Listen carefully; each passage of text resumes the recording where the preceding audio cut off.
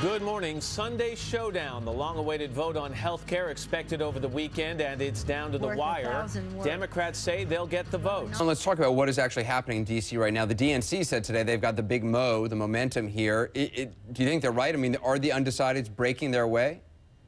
Yes, they're right. They don't have a publicly announced critical mass yet, Anderson, to pass the bill, but they are making progress. And privately, when you talk to Democrats, they tell you they are making more progress in private than they are in public. Well, Democrats are already picking up some votes now. They say some momentum, possibly 5 or 6 votes away from that magic number. In line with Representative Kucinich, who, by the way, George, I thought that was a big momentum builder for the president and for Speaker Pelosi to get some of the liberal Democrats to come over yesterday. Luis Gutierrez, who is the chair of the Hispanic caucus, they all came on board. So we're in the home stretch. It's a historic vote.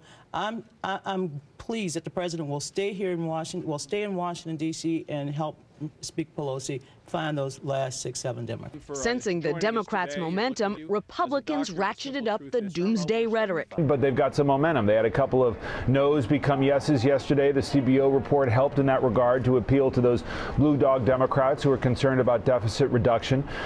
They feel like there's some momentum there. This, if you believe the CBO numbers at all, suggests that this is actually not going to be big government in terms of its impact on the deficit, and that will draw at least some votes. I'm quite confident. Democrats were, as one said today, giddy about the number because it does give them momentum just when they need it. Democratic leaders said the cost estimates and other features gave them additional momentum to push ahead with a Sunday vote on the overhaul legislation. But I'm very hopeful that by the time we get to 2 o'clock on Sunday afternoon, we will see our pathway forward.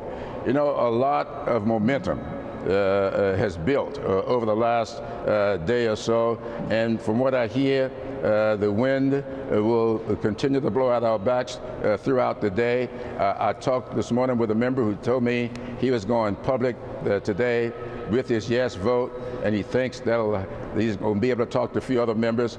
I now see that there are people who we were looking at as a no, now telling me they're trying to find a way to yes.